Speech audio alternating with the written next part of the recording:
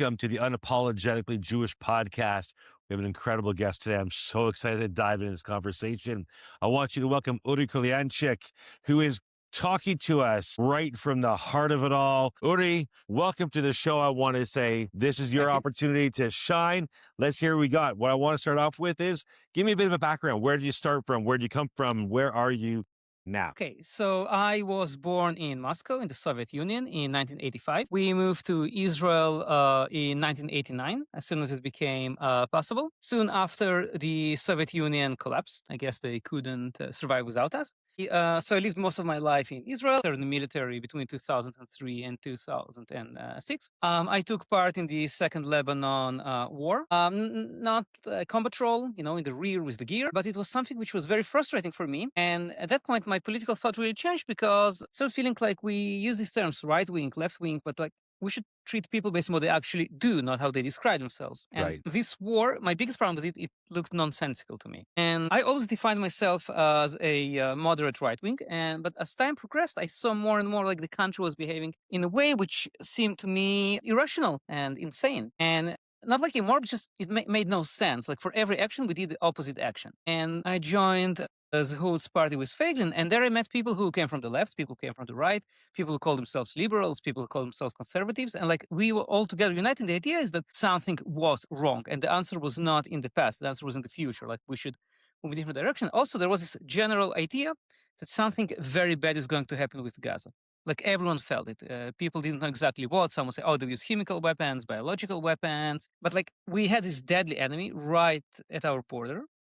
Right. And we were basically supporting this enemy, feeding this enemy. And I said, we have to be more proactive. We have to initiate. We have to do something. We can't just wait until they make the first move because, they're not stupid. They're not primitive. They're not savages. They are a highly advanced civilization, very different from us, but they are civilized, or rather mis-civilized. And when it did happen, it was, on the one hand, it was a shock. On the other hand, like that's the thing that we were talking about all this time. Right. And at this point, I said, I'm not going to be polite anymore. I'm not going to be nice anymore. I'm not going to be diplomatic anymore because this is where all those things led us. Like, I'm going to be like in your face. I'm going to be blunt. I am going to be, I don't care if they call me extremist or radical or whatever. From that moment on, like I saw the price of being polite. I saw the price of, going with the stream. And that's when I became like more active on Twitter. That's when I started like posting my Substack. And that's when I started like developing my political thought more. And that's like my story from a boy in the Soviet Union to who I am today. To be from Soviet Union to being very unapologetic, which I love. Hence the Unapologetic podcast. Yes. When you say you all saw something was going to be happening. So I've heard that a few times. What is it that you were seeing prior to the 7th that something was going to happen? Was it just a feeling you had? Was it the protests that were happening, on Saturday night? So what was it that gave you that feeling that things were going to happen? So it starts from a funny place. There is a series of science fiction novels called The Expanse. And in those novels, you have like Earth and Mars who have their conflict. And somewhere on the edge, you have like the people who live in asteroids, who live on the outer planets. And no one really pays attention to them. And they hate Earth. They hate it so much. The only thought they have is how much they hate it. And they say, when you are weak, you can be audacious because no one pays attention to you. And at some point, and I apologize for the spoiler, but it's a very old book, they throw a meteor at Earth. They have like this brilliant terrorist leader, and he finds a way to throw a meteor at Earth. And when I saw that, I said that's what's going to happen with Gaza because we give them job. We allow them to work in Israel so they can spy around. There are people who spent years in prison, and they learned Hebrew, they learned Israeli culture. Sinwar was probably the best educated person in Zionism in the region. Not a single member of the Israeli Knesset has taken as many courses in Zionism, in Zionist history, Israeli history, in Israeli law as Sinwar. And we taught him that. When he was in prison, we gave him the best education a man can get about Israel. And they were like getting these, bribe money basically through Qatar. So it was obvious that they were preparing for something. They weren't investing in the infrastructure. They were digging tunnels. And people saw them training near the border. They were training on how to attack Israel, how to kidnap Israel. Everyone saw that. Like people who lived along the border could see it without even binoculars. It was a few hundred meters away. Right. And the border was so rickety you could kick it down. It was like a feeble fence. The border with Egypt was this huge, Hmm. impressive wall. The border with Gaza is a rickety fence. By the way, the same thing with Jordan. And in Syria, there are places where you basically have no border. Like you could accidentally walk into Syria, walk into Lebanon. Right. Yes, you can. And so you see these people, tens of thousands of armed people, they practice every day. They're supported by Iran. They are very aggressive. They're very hateful. They're funded. They're not stupid. And they say they're going to do that. They say, like, we would rather have 1 second of dignity than a year of, like, 1,000 years of subjugation. And it was obvious to me that if we give them endless attempts, sooner or later they will succeed. Sooner or later it will happen, because even if you give like a mouse endless attacks, eventually the mouse will injure you unless you are being Right. proactive. Exactly. That's the Yes. So October 7th happened. Is that when you really started going a little more emboldened on X and saying everything, or like, because that's where you really started taking off. So what is it when the 7th hit? What went through your mind? What did you go through? So I was awake at the time, which is unusual for me because it was very early in the morning, and there were more rockets than usual. But we're used to rockets. A friend said, "Okay, I have like these friends who lives in Holland said we have non-stop sirens, and I live on a hill, so I walked to the hill. I walked like to observation point, and I looked and ascend towards the center." And actually saw like a lot of smoke. And then I like checked the Twitter and Telegram, and I started seeing videos of these tactical Toyotas with guys with machine guns Hmm. in Israeli towns. And my first thought was that it's generated by AI, it's taken out of context, it's from a movie. I couldn't believe that this is what happened because it was so insane Yeah. that they could just take, some a Toyota or a motorcycle and just drive into an Israeli town. Because like I imagined something like more clever. I couldn't imagine something so stupid happened. Right. So, and at first I just couldn't believe it. And they started saying like 50 people killed, 100 people killed, 200 people killed. It was instantly obvious to me the number will be more than 1,000. Like you saw the videos, you saw Yeah. the photos, it was obvious to me that was the worst thing that happened in my lifetime. It was instantly obvious to me. And I didn't watch the news because like the goal of the news is to make you demoralized, depressed. Like I didn't watch the news. I only Mm. followed events on Telegram, and I was dazed. Like it was so insane. And after a few days, I met with my friend, the guy who originally called me. His name is Danny, and I said like I want to help. I want to do something myself, but I don't want to do it as part of the government. I don't want to do it as part of the military because I'm so angry at these people. Like I want us to help on our terms. And luckily for us, his wife met a bunch of girls who like collected a lot of stuff for the troops, but they didn't have anyone who wanted to drive it south because it's still a battle zone. And his wife said, I think I know 2 idiots who would like to volunteer. And so we spent the first few weeks on my Toyota, just driving stuff from the center to the Gaza envelope to the troops. And I wrote Okay. about it on Twitter. A lot of people were very kind. They started donating money. So we came like to the battalion sergeant of one battalion in Givati, told him, "Look, we have a budget. I didn't plan to have a budget, but we can buy stuff for you. Like, what do you need?" And he said, "We need like small power plants for the phones, like headache medicine, etc., etc." So we bought a lot of stuff for them, and so we spent like the early days just mingling with the troops, the people there, and the atmosphere Mhm. there was on like imagine like if you mix Fear and Loathing in Las Vegas with Apocalypse Now. On the one hand, it was like really people were very angry. Like I spoke to some soldiers, they said like we're like dogs on a leash, we're waiting for someone to take off the leash.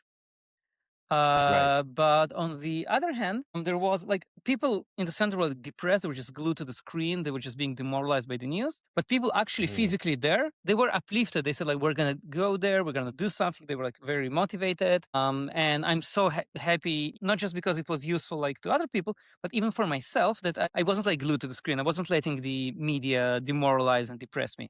I was there Right. with the people and like was getting filled with energy. And that's one of the reasons also that I value social media so much, because I think that unlike legacy media, which is supposed to crush you, social media is often uplifting if you find like good accounts. And I try to Yeah. also to be uplifting. I try to, okay, so this terrible thing happened. How do we move on?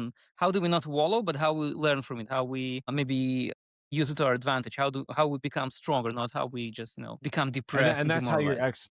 your X started to grow based on that, just through the sharing of more Yes, motivational things. And I had some following before as well, but I think like after it happened, a lot of people looked for news, and a lot of people felt that the legacy news were just depressing and unpleasant, and were full of bad takes or just bad faith takes or just lying. Yeah, so like it's not like my opinion changed or my activity changed very significantly.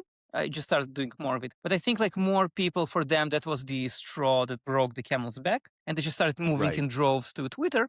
And luckily for me, many of them found me, I guess. So when you started, did you start getting, you're trying to give all this information. Did you start getting a lot of pushback and hate at the beginning? Because I know that when I Oh first yes, started out, and I use more Instagram, and I was getting a lot of, I was angry, saying angry things. I was getting lots yes. of angry back. I still get lots of that now, and I'm sure you're getting even more of it. How did you take it at first? Was that a driver for you? So there are two things which will help me in this regard. One is a phrase which I like telling people. When you argue with someone, you don't argue for them, you argue for the audience. The guy you actually argue with is not important. He is the tool through which you reach the audience. So very quickly I learned not to waste time like trying to change the opinion of those people, because you can't do it. They are either acting in bad faith, or they are absolutely deranged with hate. What you can do is like drop the occasional witty and fun reply, not angry, amusing, and that the audience will see that. So always like argue for the audience. So when like I got so much hate, like I could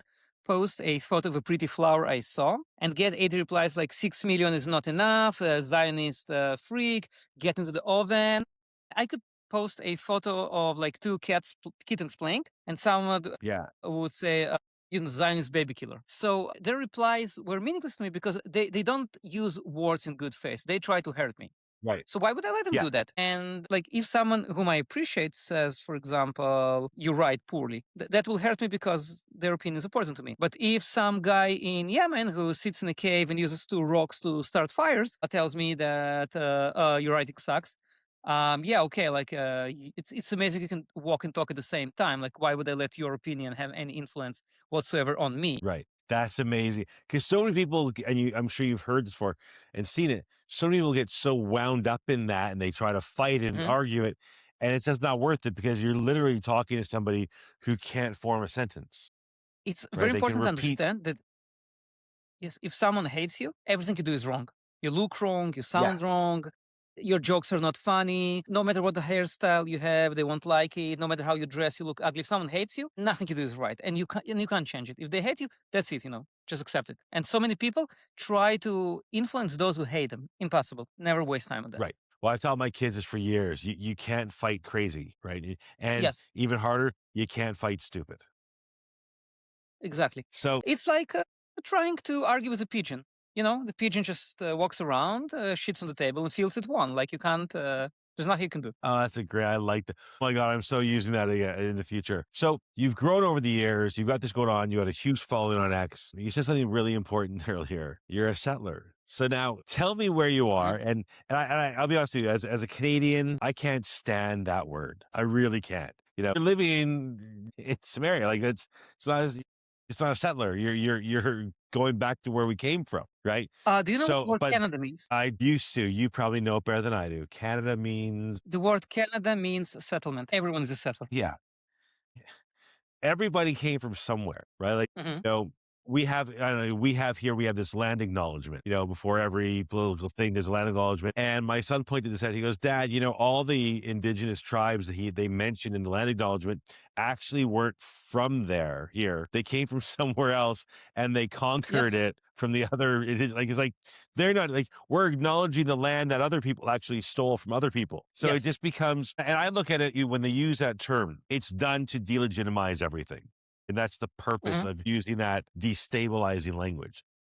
Yes. Excuse me. So are you like that's why they use it now about where you are, by calling you a settler. And part of my problem with Israeli politics in general is we keep on allowing these words to become part of the system. Excuse me. Hmm. Years ago in the late 60s, they allowed the phrase Palestinian to become Hmm. normalized when they weren't. We've allowed the word genocide to be a thing. Like we're always on the defense when it's like, but why are we Yes. allowing these terms So and these said we're never phrases? being proactive. We're never proactive. That I find that as our communities in general, whether it's here in Toronto, in Israel. We are a reactive community and we have to be more proactive. So are you finding yourself trying to be more proactive in doing this? Like, I know I'm trying to be, what's funny, our organization, we're reacting to be proactive. We're trying to get ahead of it, but these things have already started. So we're trying to cut it off at the pass as best as we can, but it is still in reaction, especially for us here, and even there on the 7th, we didn't know. October 7th opened up our eyes in the diaspora to everything that was happening. We didn't know. Are you a baseball fan? We didn't know that we were playing a baseball game, right? We ended up, we discovered on October 7th that we were in the bottom of the 8th inning when it turns out we had no idea there was a game being played. We're catching up, right? I think we're in the 7th inning now, but still we're in the bottom third of the game. We still have a fight ahead of us. Do you find the same thing there? Or do you think that, I really think in the battle for all this, you guys are in a different position. It's a different war there than it is here, right? Do you feel that you guys are getting ahead of it, or you're catching up, or you're still just being reactive and not proactive? So the same government that was in power when it happened is still in power. Like, you can't expect the people who authored the problem to be the solution of the problem, because they are stuck in certain modes of thinking. Even if they act in good faith, they have like a certain idea. And basically the idea of Israel for a very long time was to maintain the status quo. The status quo was terrible, but it could be worse, so why risk it? And it makes a certain amount of sense when you think about diaspora Jews. And exile Jews always were on very thin ice. They were always in huge danger. A pogrom was always like one bad day away. And the people who are in Israel's government right now, most of them are like in their 60s or 70s. So their parents still had the exile thinking. They were raised on it. So I don't even want like to accuse them of any kind of malice or evil, but they are still in the old mode of thinking. But you have the new generation, and a lot of people call them Dor HaNitzachon, the victory generation, because they want to change things. They want like to actually win a war, not just restore the status quo. Right. And you have people who spent like 300, 400 days in Gaza, people who worked in Gaza and in Lebanon and in Gaza again. And they saw like, it's like we are fighting, we're winning every fight, but we're never winning every war. So our action is always actions to restore the status quo. And I think that when they grow up, quote unquote, they will be the new leadership. They will be the first true Israelis, not like the first Jews who will be completely disconnected from the exile. Because I'm going to be honest, like, I was born in the Soviet Union. And even though I was raised in Israel, even though my parents were always very passionate Zionists, that kind, like, I grew with my grandmother. She lived through World War II, and she also, like, I also, on a like a subconscious level, probably had that feeling that I'm on thin ice. And so you need the people who grew up without that feeling. Second thing is you had what I call the death cult of peace. So in the 90s, Israel was absolutely obsessed with the idea of peace. Just to understand, we had a subject called peace in school. We studied peace in school when we had like the peace treaty with Jordan. Yes. And if you didn't talk about peace all the time, you were vulgar and mean and primitive and unfit for civil society. And again, it took me a very long time to understand that what these people wanted was not peace. They wanted a peace process. They didn't care how many people were killed. They didn't care how much the enemy became stronger. As long as you had a peace process, those who were killed were not victims of war. They were the sacrifices for peace. And all the intelligentsia, all the media people, they basically were obsessed with it. No matter how many atrocities happened, when you saw like soldiers being lynched, literally torn apart in Ramallah, when you had children massacred in the Dolphinarium, when you had like a Passover celebration blown up in Netanya, when the buses would blow up all the time, when they would go to a village and celebrate slaughtering little girls. We want peace, and they also want peace. And if people died, these are sacrifices for peace. And if you didn't feel like that, and like the optimum of that was with Rabin, they actually use the term korbanot hashalom, the sacrifices of peace. And I think that a lot of people were only shaken out of that way of thinking on October 7th. Not all of them. Some of them still think like that. Peace is our goal, not victory, but peace. But I think that a lot of Israelis did make that shift. Like, you talk to people, even left-leaning people, and you feel that they feel like, yeah, we don't need a peace process, we need peace. And maybe the way to achieve peace is not a peace process. Maybe the way to achieve peace is to actually win in a war and make the enemy say, okay, we surrender. What are your terms? Like, the way in which peace came to Europe was not through a peace process. They defeated the Nazis. Germany surrendered. So I think, we have that change. And that's a huge think. Maybe I'm being too optimistic, but I feel we're moving towards a more positive direction now. It sounds Unfortunately, that at way, and very high especially when you cost. have a whole generation who has served in an actual war. And this has been a Mhm. long 2.5 year war. So it definitely does make that difference. They've seen things, they've learned things that they didn't know before. A 10-day war with Lebanon is not going to teach them about what war is. It's going to, teach them that they were A inconvenienced lot of for a couple of Israelis, yeah, they weeks. would call me extremist for it, but I would say like we didn't have a 2-year war or a 3-year war or 1-year war, a 10-day war. We have an 80-year long war, or which has lasted actually 150 years long war since the beginning of the earliest Yeah. Zionists during the Ottoman Empire. The war went all the time. The enemy see it as a war, but because we hate war and love peace, so every time the intensity of the conflict goes down, we say, okay, the war is ended and we have peace now, but we never Right. had peace. Like for my entire life, and I think for the entire life of everyone I know, for example, we were in a state of war with Syria. Even if we didn't shoot them and they didn't shoot us, officially we were in a state of war. There wasn't a single year in my life in which we didn't have like military operations. So it was always war, and people need to understand that. Like a lot of Israelis said, we're not in a state of war. We were always in a state of war. Just sometimes it's more intense, sometimes it's less intense. So what do you think is going to happen going into the future? Do you think you mentioned before that you think there will be change in the next generation because you're optimistic will be the ones that want to win the war? Is that where you really think we're headed? Do you think that the next generation who has fought this battle and fought this war are like, we're done. We're gonna have to we're gonna have to finish the war. Enough with the battles. Yes, and Okay. I think it will tie in with a change we're seeing in the West. So I'm going to get a little philosophical, but you had a German philosopher. He started writing before World War I. His name was Spengler, and he described the direction in which he thought Europe was headed. So he said there will be Right. a period in which you will have like liberal democracies, which are actually the rule of money, and they will be followed by the age of like new Caesars. Like Europe and America will start having these leaders who will be populistic, charismatic, and they will care less about money and more about like order, glory, strength. And so there will be like a period of Western Renaissance before the decline of Western civilization. So I think Europe is heading in this direction right now. And you see that more and more people are becoming quote unquote far right. More and more people are daring to ask questions which you couldn't ask earlier. For example, do we actually benefit from unchecked immigration? If we say that we are feminists and care about women's rights, do we benefit from importing millions of people from places where women are basically chattel? Suddenly it's an Right. okay thing to talk about. It's a mainstream conversation. Suddenly the Overton window is open very far. So I think that as Israel moves toward the direction of let's actually win the war, let's actually finish that, the West will become more open to the idea of doing those things as well. So like we will be part of a global trend in which we'll say, Right. okay, we're not going to be suckers anymore. We're not going to be the world's punching bag. We're not going to play nice when no one else is doing that. We're not going to use laws which tie our hands but don't tie the hands of our enemies. And yeah, you can see that like many polls say that if you had elections, for example, in the UK today, reform would become like the form a coalition, which was unthinkable. Trump is saying many things which were unthinkable until very recently. You have these crazy far right leaders, and people no longer believe they're crazy far right. They say they're the moderates, and what we call the moderates are actually crazy far Yeah. left. Yes. Yes. So I think that 100%. that trend, I think Israel will tie into this trend, and I think yes, it will lead to some very serious changes in the world and In a here as well. positive way or a negative way? I'm optimistic. I believe that at least for our lifetime, it will be positive. Again, like the decline of our civilization is inevitable. It is all civilizations decline at some point. But like if I look like 20 years forward, 40, 50, I am optimistic. Yes, absolutely. Okay. So how do you find things where you are in Samaria? Like as you put it, you're a settler, which you're not in Hmm. my world, but how do you Yes. find that living that way? Like people hear stories based on the news, like you don't look like a settler. Like, how do you find living there compared to the stories that we might see on legacy media that's not doing us any favors? So I think it's very important to separate between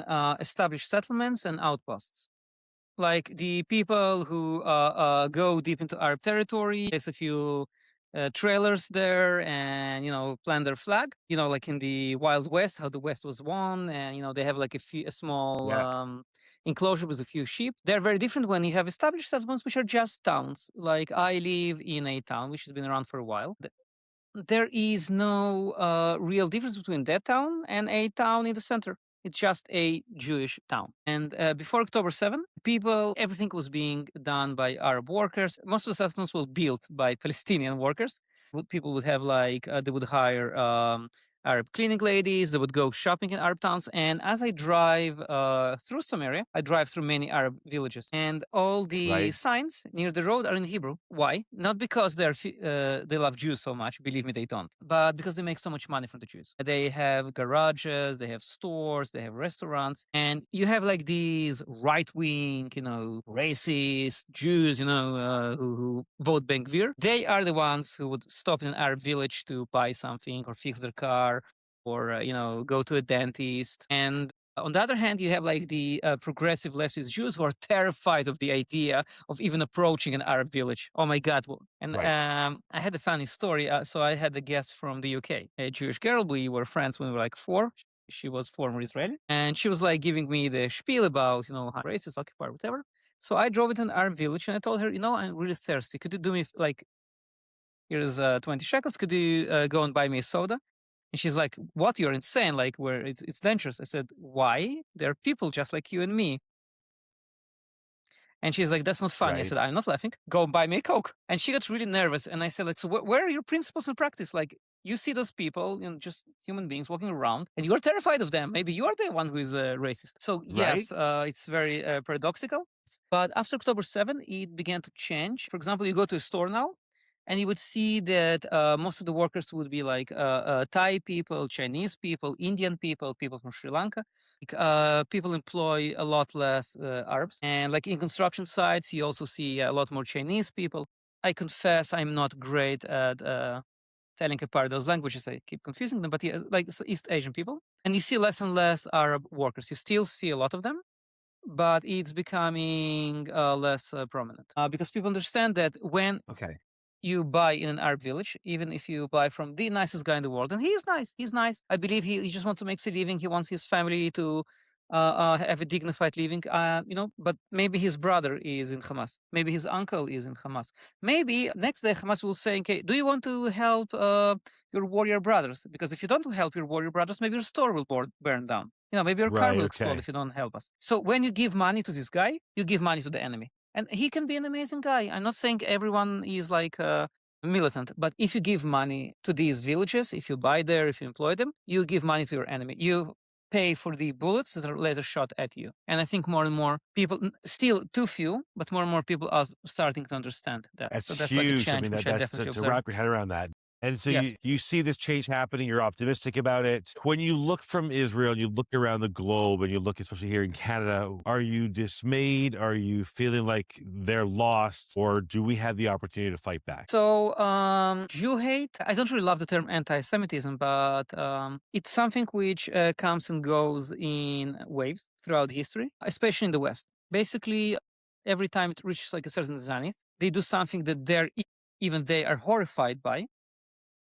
And then they say, okay, like we've gone too far. Let's be nice to the Jews for a bit. And then the old Right. hatred returns. And the reason it happens is because every mass movement needs to have a devil. A mass movement doesn't have to have a god, but it needs to have a devil. They need to hate someone. And most of these mass movements, you will notice that Jews are just a step on the way. Like all of these Yes. mass movements, they start with Jew hate, but then they kill a lot of Slavs or a lot of Catholics or a lot of Muslims. Jews are just the first stepping stone. Why? Because all the infrastructure is there. The world's 2 greatest Right. religions literally have Jew hate written into them. So I'm not saying Christians are anti-Semitic. I'm just saying that Christianity has anti-Semitism literally written Yeah. into it. There are like quotes. And again, I'm not saying that every Muslim is an anti-Semite, but Islam has anti-Semitic passages. And because Right. these ideas, they're so well trodden, so every new mass movement will use it simply because the spiritual and intellectual infrastructure is already there. So I don't think that like that peace can be defeated, but I think it will go down because we have seen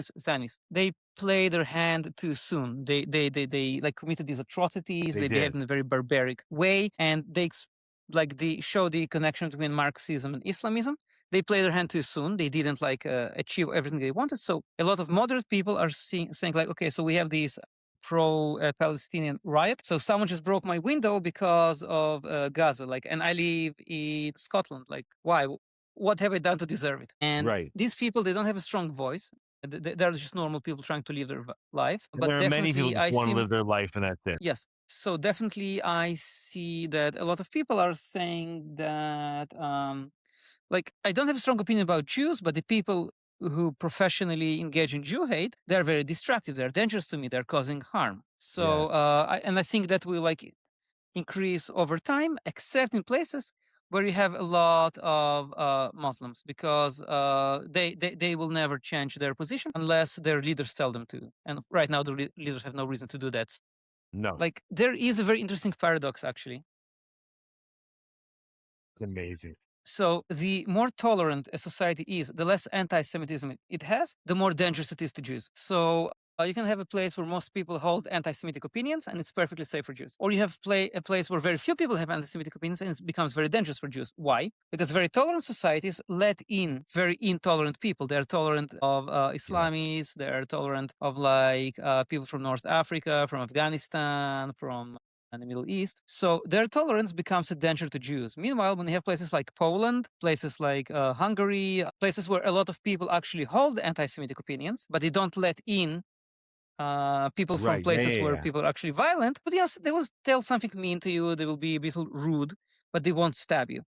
Actual Okay. Westerners do it very rarely. Yeah. That would always be people like from third world countries. And that reminds me of a very interesting story. So I met a Polish guy, and he said that his grandfather saved a Jewish couple during the Holocaust. He hid him in his house, and he knew that Right. if the Germans would find him, he would get shot, risk his life. And after the war, these people married, the business made a lot of money, and they told him, "We want to buy you a house as a gift because you saved our lives." And Wow. he said, "I don't need anything from stinking Jews. I don't need anything from you. I will get my reward in heaven." Yeah. That guy was like a Jew hater, but he risked his life to save a Jewish couple during the war. Right. It's amazing. And now we're seeing, I don't know if you've been paying attention to the news last little couple days. We're now seeing a flip here in the United States and Canada. Just yesterday, a Democratic nominee was saying if she wins, she's going to make the ICE detention centers and Zionist prisons. Yeah, I It's saw that. we're, That's insane. we're not even Even 100 Cortez was years past. shocked.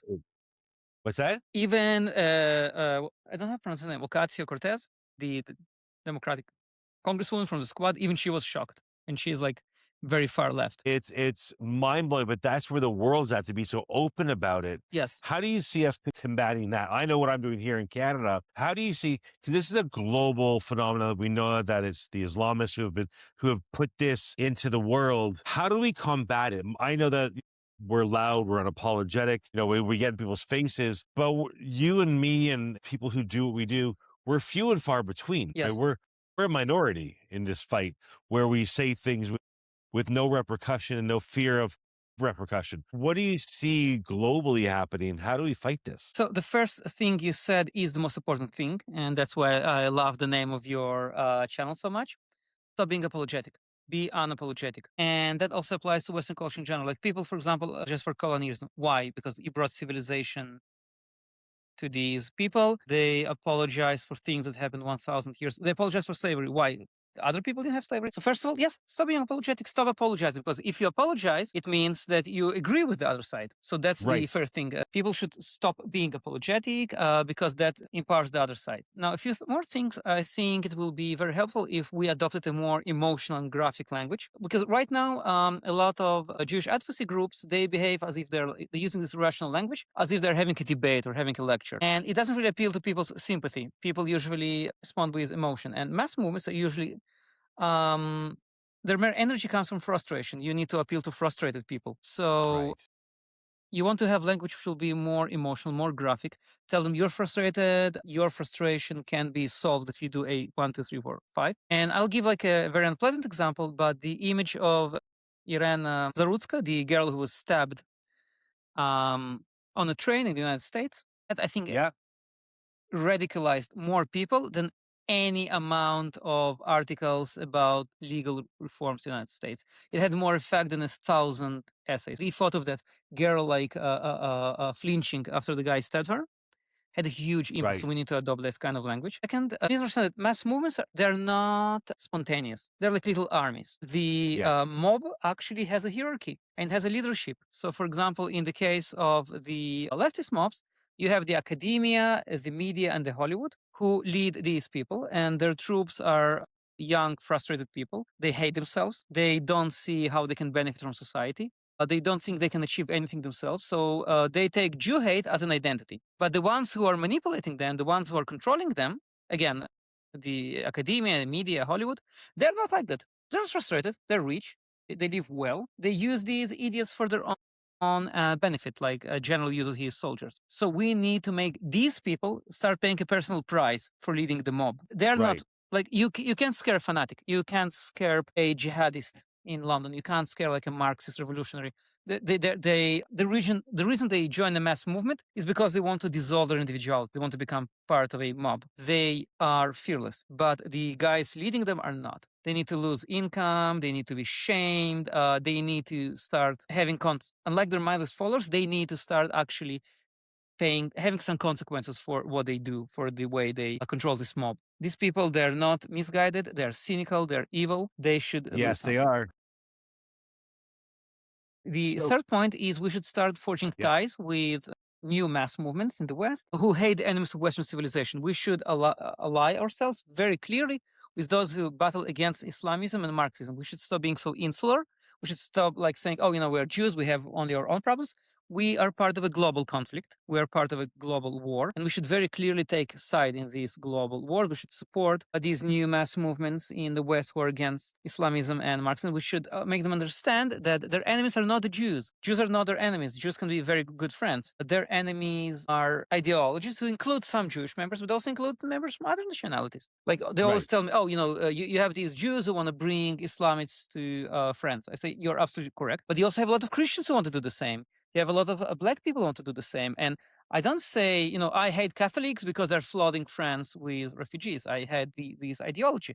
They're not doing it because they're Jewish. There are some Jews who do it, but it's not like Jews. It's not like a Jew equals someone who wants to bring a terrorist to your house. So you need to help them understand their enemies like these globalists, these elitist movements, not the Jewish people. A lot of Jews can be good allies. We should be their allies. And the last thing is that we spoke about being proactive. A mass movement needs to be physical. It needs to be in the streets. So people need to start demonstrating, not in solidarity, not in protest, but like as a proactive measure. Not we're protesting against these anti-Semitic guys, but we're just going to go to the Qatari embassy, the Iranian embassy, the Turkish embassy, and protest against their human rights abuses, protest against their media manipulations, against their occupation, their colonization, their ties with Okay. So terrorism. flip. For I like example, that. for I like example, that. Turkey right now is colonizing North Syria. They are kicking out Kurds and they're actually colonizing North Syria with Arabs, including tens of thousands of Palestinians. There are Palestinian settlers who are moving into the homes of Kurds who were expelled from Afrin in Syria. Why don't we protest that? In Qatar, basically have modern day slavery. Why don't we protest that? Why don't we march against genocidal massacres and terrorist attacks committed by Arabs on the anniversary of these events? Not against us, but in general. Maybe bring up some old events. If you can have like a huge protest against slavery, Europe needs to apologize for slavery, which ended 400 years ago in Europe. Why can't we have a protest against slavery by Arabs in Africa, which ended 40 years ago or 20 years ago, or still goes on? Maybe we can protest like in front of these leftist organizations who flood the West with Islamists from these countries. Now you have like in Israel, for example, Keren Chadasha Israel, the new fund. Why don't we protest there physically? And be proactive. Not they have an anti-Semitic demonstration, so we're going to have a pro-Semitic demonstration and show that we exist. We should initiate. We should like go to them and show them that we exist. We are active, and you should join us. Like join this mass movement. I think these are Yes. the 4 measures, in my opinion, which will really help change things in the diaspora, in America, in Canada, in Europe, and so forth. I think that's amazing. I love what you put together. That's an amazing plan. We just have to get people to do it. But I love the idea of bringing up and protesting and rallying Yeah, at other unfortunately, it requires a consulates lot and of money. embassies. Listen, that's part of it, but even just exposing that, because no one's talking about it. Again, we're always on the defensive, so we're never going out calling out other people and other countries. Yes. That's one of the biggest challenges I think everybody has. No one's calling them out. But if Israel, sets their clocks back an hour, and all of a sudden the world's up in arms. We had that's an amazing. I love that. Honestly, you're amazing. I love what you're doing. Thank I you. love this conversation. I'd like to see it continue on down the road. I'd love to have you on again and see how things are going further. So what do you have planned? I want to ask you before we take off here. What do you have planned going forward? What is your goal with what you're doing online other than, pushing people's buttons? What do you want to get out of this? I mean, obviously we want peace. So before you get there, what is, if you studied peace back when you were a kid in school, what does peace look like to you? You live in a region right in, Yes. in Samaria, especially. What's peace look like to you? Because I know what it looks like to me. What's it look like to you? So peace looks to me when I am as safe going into an Arab city as an Arab is safe going into a Jewish city. Like if an Arab goes down the street in Tel Aviv, nothing is going to happen. Even if he is dressed like in traditional Arab clothing, he will not be assaulted. He will not be lynched. People will not even raise an eyebrow. But if someone who is visibly Jewish enters Ramallah, he will be torn apart limb from limb instantly by the mob. When that doesn't happen, when a Jew is absolutely safe being in an Arab city, for me, that is peace. And if that cannot be achieved, if it is impossible, then maybe that Arab village should not be there. And I said it with That you're a regret villain. because I don't want to be there. But if they say, as long as we exist, we'll keep fighting you, maybe your village should be in Iraq and not near my home. So Okay, so these they are the got two to ways go. to peace. If they So don't it's accept all or nothing coexistence, yes. essentially. Yes, So there is yeah, another so way. For peacefully to example, after World coexist. War II, millions of Germans were expelled from Poland, from the Netherlands, from Hmm. Russia, from France, because the Germans from 1914 to 1945, so for 30 years, they showed the people they can't play nice. And people said, Right. okay, we can't coexist with you. Like the way you behave, like the Czechs are very Yeah. nice people. They're one of the nicest nations I've ever met. They're not, they don't want to conquer other people. They're not aggressive. But even the Czechs kicked out their Germans because they say, we can't live with you. You are too violent. You're too barbaric. You're too domineering. We can't have you as our neighbors. Even the Czechs, like the nicest people I know. Yeah. So if you can't play in the sandbox, get out. You can't come and play. I Exactly. like Yes. that.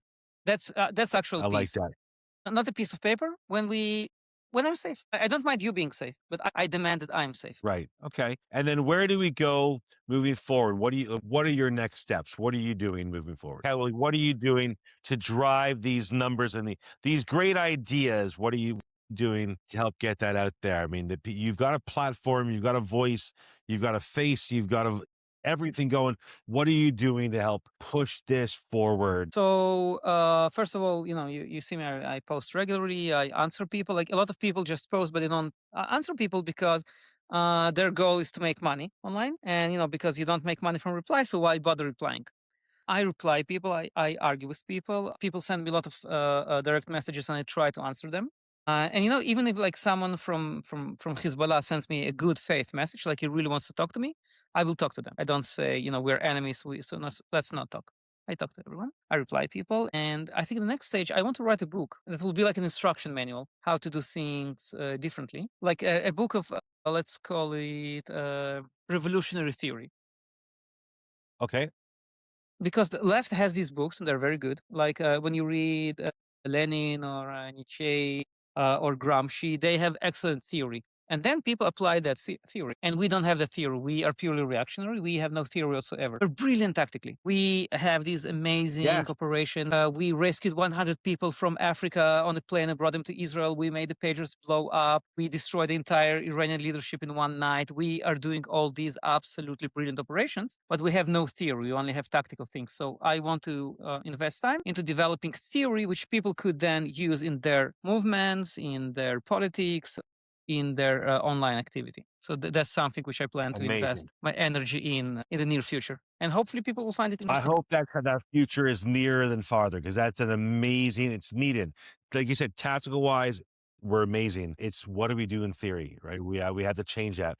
Listen, I appreciate your time, Uri. Honest to God, this was amazing. Open my Thank you eyes. I very love much for having following me. you. I'm going to be engaging with you a hell of a lot more, and all of your stuff is going to be in the notes. So if people if they're not following you already, they can follow you and engage with you, and let's get that conversation going. I want to thank you so much, and really appreciate it. Thank you for Stick having around me. for a second.